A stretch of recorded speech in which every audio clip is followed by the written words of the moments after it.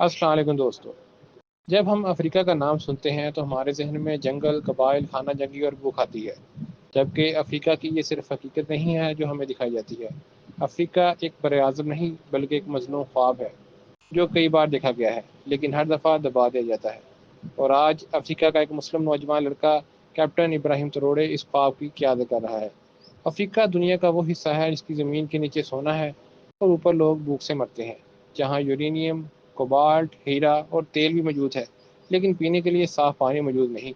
یہ وہ تعداد ہے جسے ہم صدیوں سے دیکھتے آ رہے ہیں، لیکن سوال پیدا ہوتا ہے کہ یہ کیوں ہے؟ تو اس کا جواب صرف ایک ہی ہے: مغربی ممالک کا افریقہ پر قبضہ۔ کہنے کو تو آج افریقہ کے تمام ممالک آزاد ہو چکے ہیں، لیکن یہ آزادی صرف نام کی ہے۔ آج بھی قبضہ موجود ہے لیکن اس کی شکل بدل چکی ہے۔ دوستو، آج کوئی بھی ملک براہ راست قابض نہیں ہوتا۔ پہلے ملک کو قرض میں ڈبایا جاتا ہے، اپنی فوجیں بھیجی جاتی ہیں، اس ملک کے قدرتی ذخائر پر قبضہ کر کے مقامی حکومتوں کو کٹ پتلی بنا کر رکھا جاتا ہے تاکہ اپنی مرضی سے اس ملک کو چلا سکے۔ اور آج اس کی ایک بہترین مثال برکینا فاسو کی ہے۔ افریقہ کے مسلم کمیونٹی کا نوجوان ابراہیم تروڑے کون ہے؟ اس نے کہا ہے کہ میں پورے یورپ کے جھوٹ کا نقاب اتاروں گا۔ یہ 37 سال کا جوان کیسے پورے افریقہ کی امید بن گیا؟ اس کے علاوہ اس ملک کے ایسے حقائق بتائیں گے جس کو سن کر آپ حیران رہ جائیں گے۔ چلیں اب نکلتے ہیں برکینا فاسو کے ایک شاندار سفر پر۔ اس کنٹری کا آفیشیل نام People's Republic of Burkina Faso ہے، جبکہ 1984 تک اس کا نام اپر وولٹا تھا۔ برکینا فاسو کی کل آبادی 2,40,00,000 کے قریب ہے، جو آبادی کے لحاظ سے دنیا میں 59ویں نمبر پہ آتا ہے۔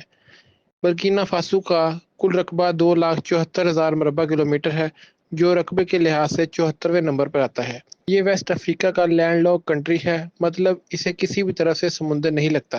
یہ افریقہ کے ترقی پذیر ممالک میں آتا ہے۔ اس ملک میں 61% مسلمان آباد ہیں، 23% مسیح، 15% افریقی روایتی مذہب اور 1% دوسرے مذہب کے لوگ رہتے ہیں۔ اس ملک کا بارڈر مالی، نائجیریا، گانا، ٹونگو اور آئیوری کوسٹ سے ملتے ہیں۔ اس ملک کی جی ڈی پی $20 ملین ہے اور لوگوں کی سالانہ آمدنی صرف $930 ہے، مطلب یہاں کے لوگ بھوک اور پیاس سے مرتے ہیں۔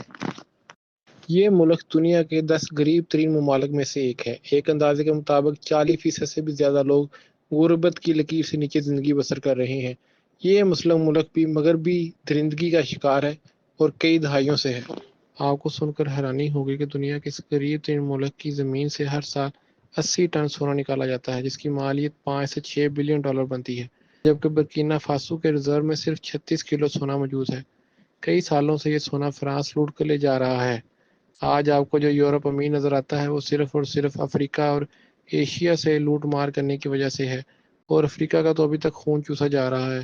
یہاں کے لوگوں کو بھوکا پیاسا رکھا جاتا ہے۔ برکینا فاسو افریقہ کا چوتھا سب سے زیادہ سونا پیدا کرنے والا ملک ہے، جبکہ اس کا ہمسایہ ملک مالی افریقہ کا تیسرا سب سے زیادہ سونا پیدا کرنے والا ملک ہے، اور مالی بھی مسلم کنٹری ہے۔ اس ملک کا کیپٹل ویگا ڈوگو، جو برکینا فاسو کا سب سے زیادہ آبادی والا شہر ہے۔ ملک کا پریزیڈنٹ ابراہیم تروڑے ہے، جو 35 سال کی عمر میں اس ملک کا صدر بن گیا۔ یہ دنیا کا سب سے کم عمر صدر ہے، لیکن اس کے فیمس ہونے کی وجہ یہ نہیں ہے، یہ تو محض ایک اتفاق ہے، بلکہ اس کے کارناموں کی وجہ سے پوری دنیا کا میڈیا ہی اسے پورے افریقہ کا لیڈر مان رہا ہے۔ کچھ لوگوں کا ماننا ہے کہ ابراہیم تروڑے اگر اسی رفتار سے چلتے رہے تو آنے والے دنوں میں یہ اپنے ملک کے ہی نہیں بلکہ پورے افریقہ کے لیڈر بن جائیں گے۔ ان سے ٹکرانا یا نپٹنا خاص طور پر ویسٹرن ممالک کے لیے مشکل ہو جائے گا، لیکن سوچنے کی بات یہ ہے کہ اس شخص میں ایسی کیا خوبی ہے کہ اس نے پورے یورپ کو للکار دیا۔ اس نے 2019 میں ملٹری جوائن کی۔ یہ پڑھا لکھا اور ذہین پہلے سے ہی تھا۔ 2020 میں یہ کیپٹن بنا۔ کیپٹن بننے کے بعد اس نے دیکھا کہ ملک کی آرمی کے پاس پیسہ نہ ہونے کے برابر ہے، جبکہ سیاستدان عیاشی کی زندگی گزار رہے ہیں۔ جنوری 2022 میں فوج نے ملک کا اقتدار سنبھالا اور یہ لڑکا اس عمل میں ایک سپاہی کا کام سر انجام دے رہا تھا۔ ملک کا قائم مقام صدر پال ہینری کو بنا دیا گیا۔ جب اس شخص نے بھی وعدے پورے نہ کیے تو اس لڑکے نے اپنی ٹیم کے ساتھ مل کر ملک کا اقتدار خود سنبھال لیا۔ اس شخص کی قابلیت کا اندازہ پوری فوج کو پہلے ہی سے تھا، اس لیے پوری فوج کی رضامندی سے اس کو ملک کا صدر بنا دیا گیا۔ کیپٹن ابراہیم تروڑے نے سب سے پہلے فرانس کی آرمی کو ملک سے نکل جانے کا حکم دیا۔ یہ پوری دنیا کے لیے حیران کن بات تھی، یہاں تک کہ 1 مہینے میں ملک چھوڑنے کی دھمکی بھی لگا دی۔ ابراہیم تروڑے کا یہ وہ عمل تھا جو کئی دہائیوں سے کوئی نہیں کر سکا تھا۔ پورے ملک کے ایکسپورٹ کے لائسنس منسوخ کر دیے گئے، تاکہ ملک سے سونا باہر نہ جا سکے، کیونکہ فرانس نے اس ملک کو کھوکھلا کیا ہوا تھا۔ ہمیشہ اس ملک میں کٹ پتلی حکومت بنائی گئی اور قانون بھی ایسے رکھے گئے کہ یہ ملک کبھی غربت سے باہر نکل نہ سکے۔ ملک کا جتنا بھی پیسہ ہوگا 70% فرانس میں رکھا جائے گا، اور اگر ملک کو ضرورت پڑ بھی گئی تو فرانس میں پڑا ہوا پیسہ لون کی صورت میں دیا جائے گا، جو سود کے ساتھ واپس کرنا ہوگا۔ سیاستدانوں کے بچوں کو فرانس میں پڑھایا جاتا تھا تاکہ ان کے بچوں کی ذہن سازی کی جا سکے اور بڑے ہو کر کٹ پتلی حکومت کا کردار ادا کر سکیں اور فرانس کے اشاروں پر چل سکیں۔ گزشتہ کئی دہائیوں سے یہ چل رہا تھا، جس پر ابراہیم تروڑے نے ضرب لگا کر ختم کر دیا کہ ملک سے جتنا بھی سونا نکالا جائے گا، اس کو بیچنے اور خریدنے کی ڈیل فرانس کرے گا۔ ابراہیم تروڑے سے مغربی ممالک کو سب سے زیادہ تکلیف تب ہوئی جب رشین جہاز رشیا کی سرزمین پر اترا۔ جہاز کے دروازے کھلے، ایک نوجوان افریقی صدر جہاز کے دروازے سے باہر آیا۔ وہ شخص ابراہیم تروڑے تھا، نہ ہی کوئی سوٹ، نہ ہی کوئی ٹائی، اپنی ملٹری یونیفارم میں ملبوس تھا۔ یہ چیز مغربی ممالک، خاص کر فرانس کے لیے بہت تکلیف دہ تھی۔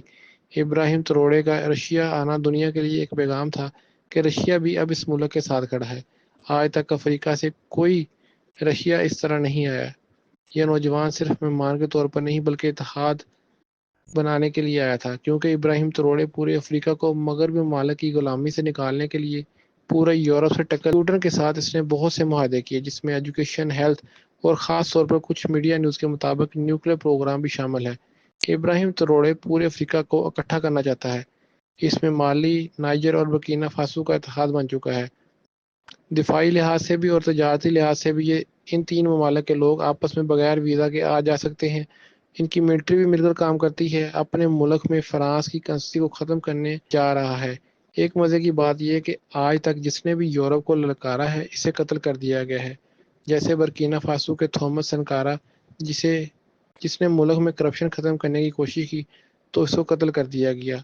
کوامے نکرومہ، جس نے افریقی اتحاد کی بات کی۔ کانگوز کا پیٹرک لومومبی، جو آزاد خیالی کی وجہ سے مارا گیا۔ لیبیا کے معمر قذافی، جسے افریقی یونین کا خواب دیکھا، اسے بھی قتل کر دیا گیا۔ اب تک 20 سے زیادہ حملے ابراہیم تروڑے پر ہو چکے ہیں، کیونکہ اس نے بھی افریقہ اور دوسرے ممالک سے اتحاد بنانا شروع کر دیا ہے، اور یہ لیڈر اپنے لوگوں کو غلامی سے نکالنے کا جذبہ رکھتا ہے۔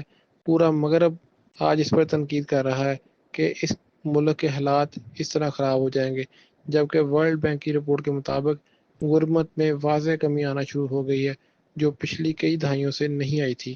یہاں تک کہ IMF بھی یہ کہنے پر مجبور ہو گیا ہے کہ ابراہیم تروڑے کے آنے کے بعد ملک کے حالات پہلے سے کافی بہتر ہو گئے ہیں۔